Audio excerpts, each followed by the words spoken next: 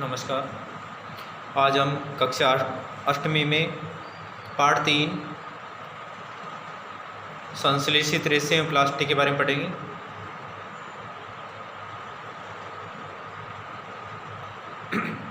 जो वस्त्र हम पहनते हैं ये कुछ तो प्राकृतिक रेशों से बने हुए हैं और कुछ ऐसे भी हैं जो मानव निर्मित रेशों से बने हैं। पिछली कक्षाओं में भी हमने पढ़ा है प्राकृतिक रेशे कौन से हैं, संश्लेषित रेशे कौन से हैं। तो इस पाठ में हम संश्लेषित रेशों के बारे में ही पढ़ेंगे। तो वे रेशे जिन्हें मानव द्वारा प्रयोगशाला में पौधे व जंतु के उपयोग किए बिना रासायनिक पदार्थों से बनाए गए हैं, उन्हें संश्लेषित रेशे कहते हैं। तो मानव द्वारा बनाए गए रेशों को संश्लेषित रेशे या मानव निर्मित रेशे कहते हैं। मानव द्वारा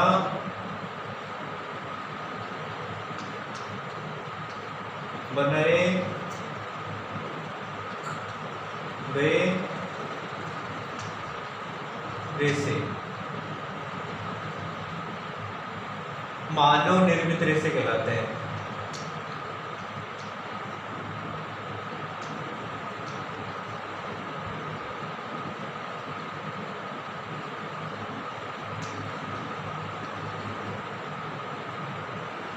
मानव निर्मित रेशे कहलाते हैं।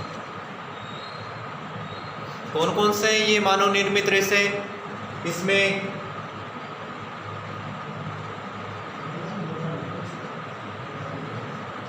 रेयॉन,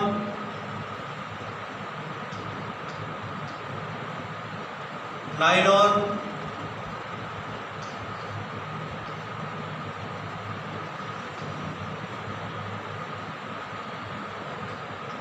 पॉलिएस्टर,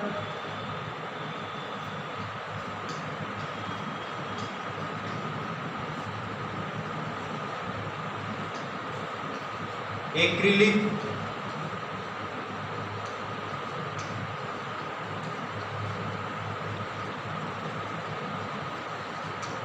ये मानव निर्मित रेशे हैं और इनसे बने वस्त्रों को हम पहनते भी हैं। ये यदि कौन से प्राकृतिक तंतुओं से बने हैं, रेशों से बने हैं, कौन से संश्लेषित रेशों से बने हैं, ये यदि हम नहीं जानते हैं तो ये हमें जिस दुकान से कपड़े लाते हैं उस दुकानदार से या फिर अपने माता पिता से या फिर टेलर से ये पूछ सकते हैं। वो बता देता है कि ये प्राकृतिक रेशों से बना हुआ है और ये संश्लेषित रेशों से बना हुआ है। ये जो संश्लेषित रेशे होते हैं ये किसी न किसी पदार्थ के बहुलक होते हैं।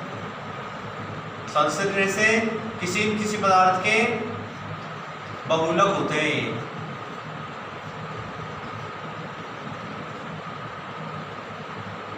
बहुलक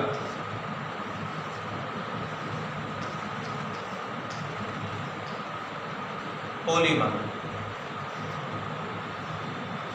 ये बहुलक क्या होता है?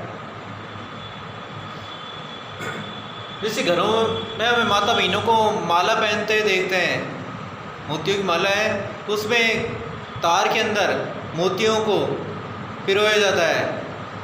150-100 मोती उसमें पिरो रहते हैं और वो फिर वो माला निर्मित होती है। ऐसे बहुलक में अनेक छोटी छोटी इकाइयाँ मिलकर के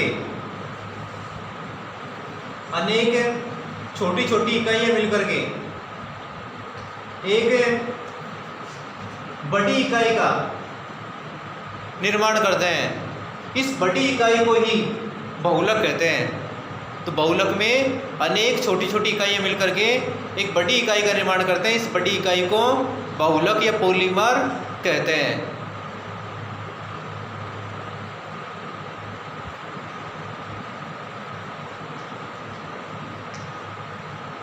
अनेक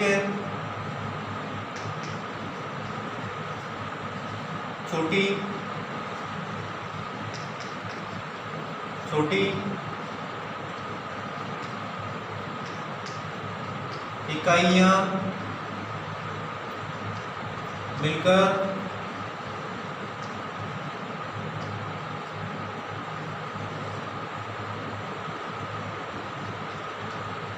एक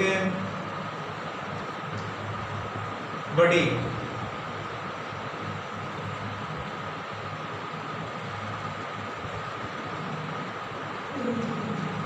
एकल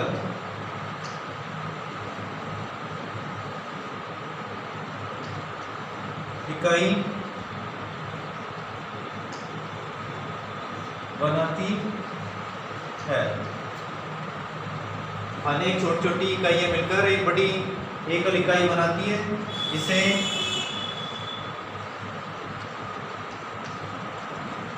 बहुलक कहते हैं।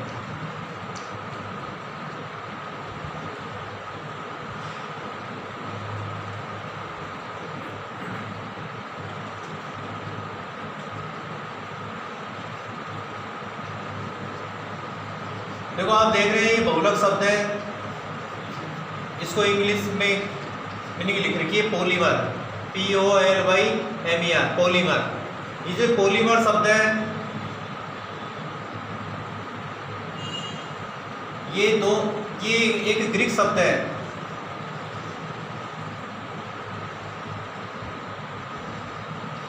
पॉलीमर एक ग्रीक शब्द है और ये दो अक्षरों से मिलकर बना है, पोली व मर।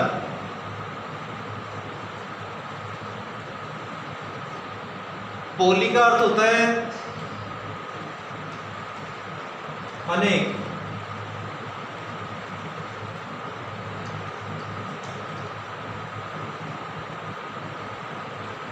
और मर का अर्थ होता है इकाइयां।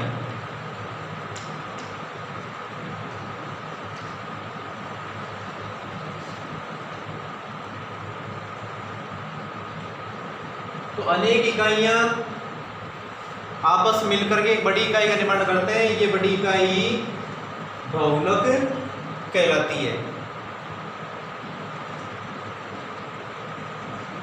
आपने कपास देखा है, ये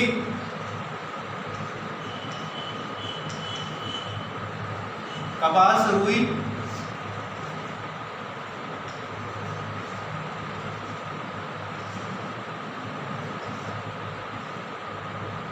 जिसका सामान्य घर में उपयोग है, छोटा सा उपयोग है बत्ती बनाने के लिए।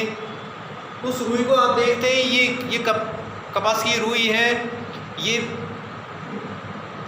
भी एक बहुलक है जिस सेलुलोज से बनी है।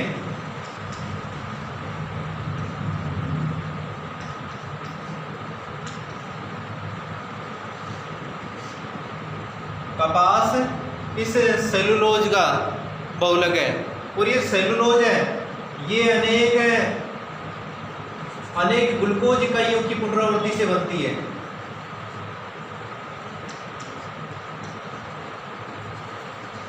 ये सेलुलोज ग्लूकोज का बहुलक है।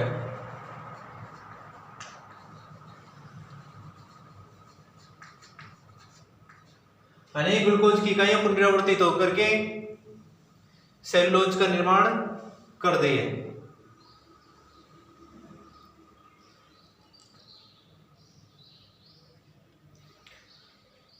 हम कुछ संश्लेषित रेशों के बारे में जानेंगे। इन संश्लेषित रेशों में रेयॉन,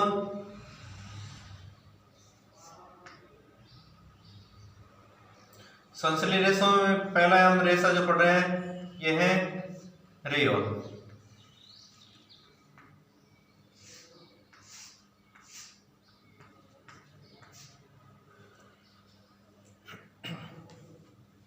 हमारी पिछली कक्षा में भी आया है, हमने रेशम कीट के बारे में जाना था। रेशम कीट को शहतूत के पौधे की पत्तियों पर पाला जाता है। ये शहतूत का की पत्तियों पर रह करके इनमें जो मादा रेशम कीट होता है ये अंडे देती है। इन अंडों से लार्वा निकलता है। वो लार्वा इस पत्तियों को खा करके वृद्धि करता है। इसका लार्वा कैटरपिलर कहलाता है। और इस लार्वा की लंबाई बढ़ करके 7.5 सेंटीमीटर हो जाती है। ये लार्वा की में रेशम ग्रंथि का निर्माण हो जाता है। इससे रेशम का स्रवण होता है। रेशम कीट से रेशमी वस्त्र बनाने का जो प्रक्रिया है सर्वप्रथम चीन में प्रारंभ हुई थी। चीन ने इस विद्या को कई वर्षों तक गुप्त रखा, लेकिन बाद में ये सभी देशों में फैल गई। रेशम का वस्त्र मुलायम होता है, आकर्षक होता है, सभी उसको पहनना चाहते हैं, लेकिन वो महंगा मिलता है।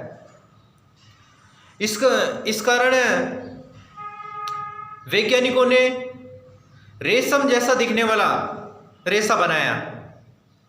तो रेशम जैसा दिखने वाला रेशे का नाम है रेयॉन। इस रेयॉन को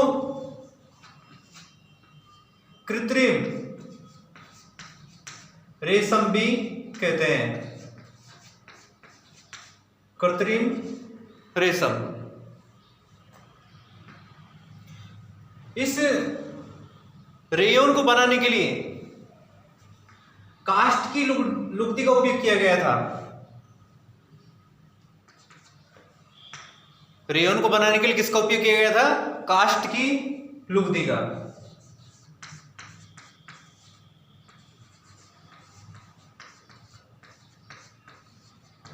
इस काष्ठ की लुगदी का उपयोग किया गया था। तो इसमें पादप के भाग का उपयोग किया गया है, इसलिए पूर्ण रूप से संश्लेषित रेशा नहीं है। ये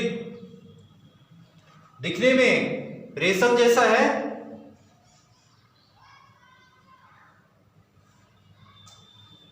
इस रेयॉन रेशे को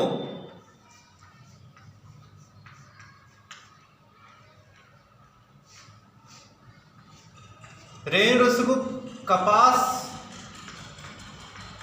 के साथ मिक्स करके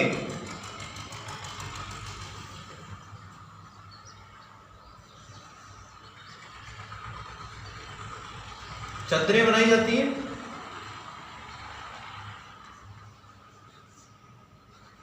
बेडशीट बिछाने के लिए।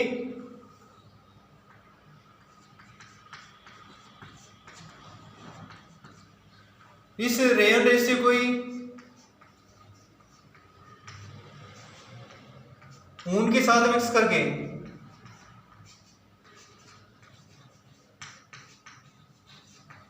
कॉलिन और गलीचे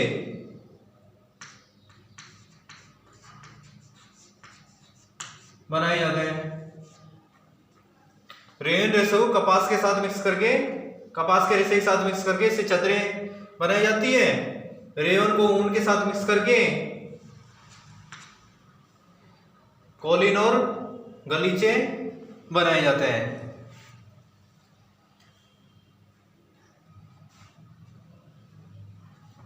जो ये रेयॉन है रेशम से सस्ता होता है।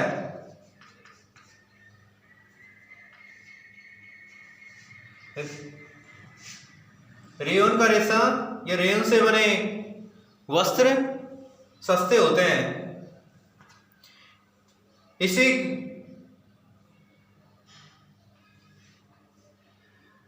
कपड़ों की बुनाई में उपयोग में लिया जा सकता है रेशम की तरह। इसे विभिन्न रंगों में रंगा जा सकता है।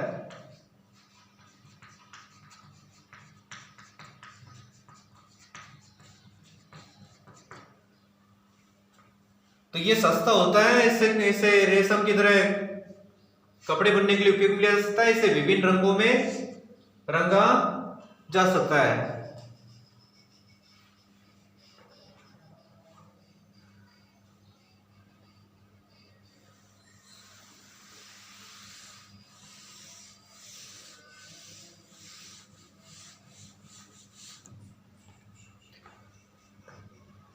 दूसरा हमारा रेशा है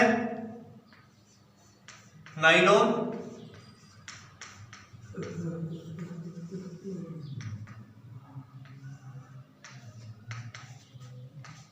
ये भी एक संश्लेषित रेशा है।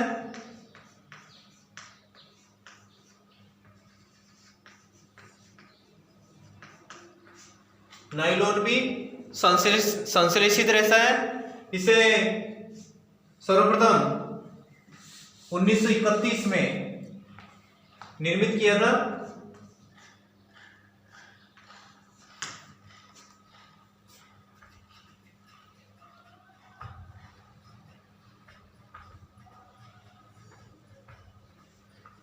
नाइलॉन को बनाने के लिए कोयला, जल और वायु का उपयोग किया गया था। तो नाइलॉन को बनाने के लिए किसका उपयोग किया गया है?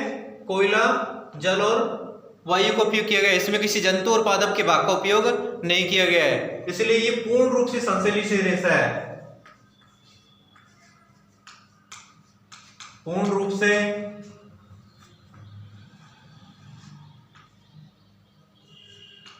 प्रथम संश्लेषित रेशा।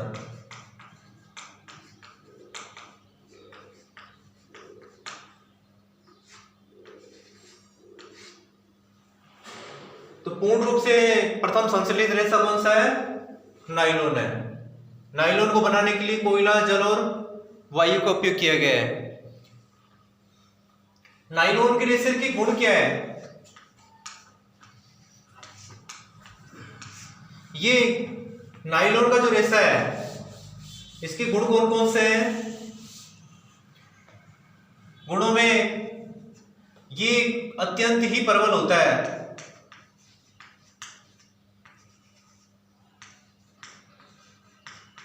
बहुत मजबूत होता है। ये अपने जो लोहे का तार है उससे भी ये मजबूत होता है। ये प्रत्यास्थ होता है।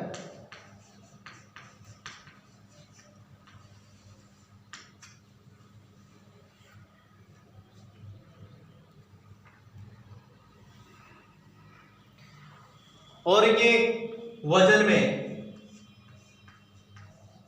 हल्का होता है।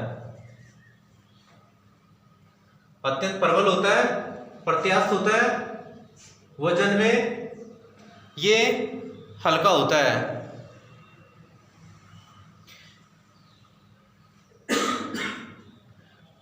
ये चमकीला होता है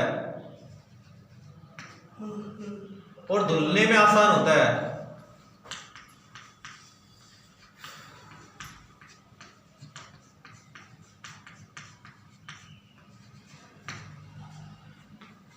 इस कारण इसका उपयोग वस्त्र बनाने के लिए किया जाता है।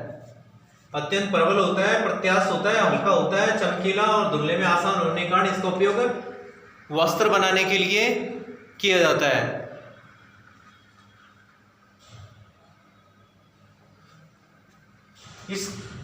इसके और उपयोग कहाँ है? इसका उपयोग अपने जो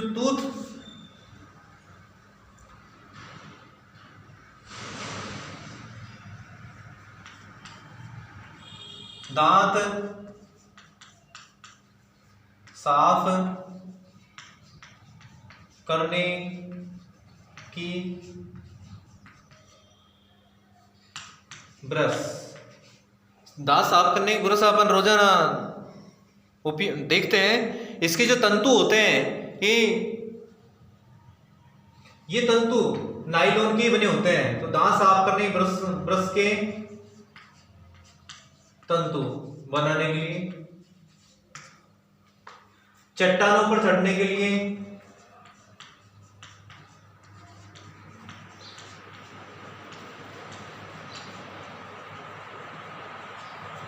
चढ़ने के जो रस्से होते हैं ये इसी के बने होते हैं, अत्यंत मजबूत होते हैं। और पैराशूट की रस्सी बनाने के लिए इसका उपयोग किया जाता है। अपने जुराब है,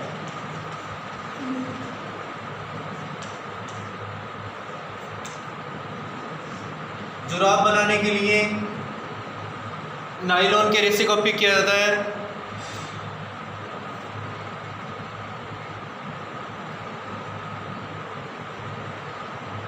तो आज आपको ये काम करना है। संश्लेषित रेशे किससे कहते हैं, प्रश्न बनाना है। बहुलक किससे कहते हैं, बहुलक किन शब्दों से मिलकर बना है। रेयॉन, रेयॉन कैसे बनाया जाता है। कृत्रिम रेशम किसे कहते हैं, रेयॉन के गुण क्या है। नायलॉन, नायलॉन का कैसे बनाया जाता है, इसके गुण क्या है, इसके उपयोग क्या है, ये आपको प्रश्न बनाने और अपने फेयर कॉपी में करने हैं।